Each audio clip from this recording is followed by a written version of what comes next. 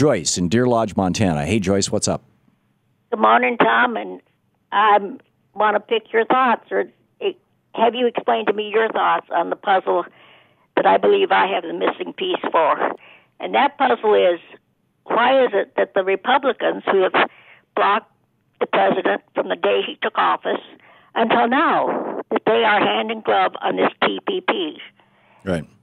My belief is the piece to that puzzle is that our president owes big money.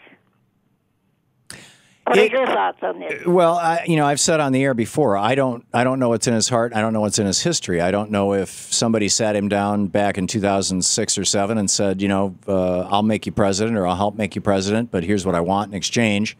And the TPP was it. I don't know if it's that, or if somebody said, hey, Bill Clinton's worth $115 million now. If you want to be like that, here's what you do. I don't know if it's that. Those are really cynical, right? I ran into a progressive member of the House of Representatives over the weekend, and in fact, he had a beer. I had a glass of orange juice, as I recall. But anyhow, we had a drink together, and I said, and he's one of the guys leading the charge against President Obama and the TPP on this.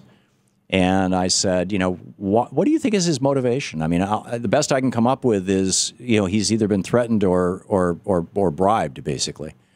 And this guy said, I think that his trade representative, I forget the guy's name, Mickey somebody or other, whoever it is, the guy who's responsible for trade in the White House, he says, I think that the president doesn't really understand economics all that well. He was a constitutional law professor. He's not an economist.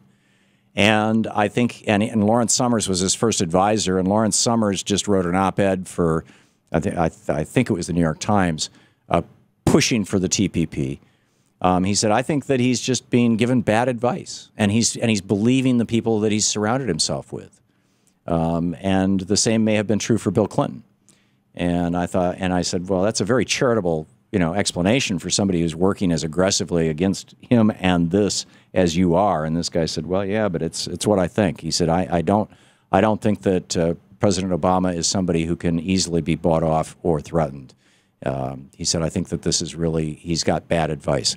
So I don't know, Joyce. I hadn't considered that he could be in such a bubble in the White House and have such a small number of advisors that, one or two people who are advising him on economic policy could just steer him, basically off the gangplank into the water.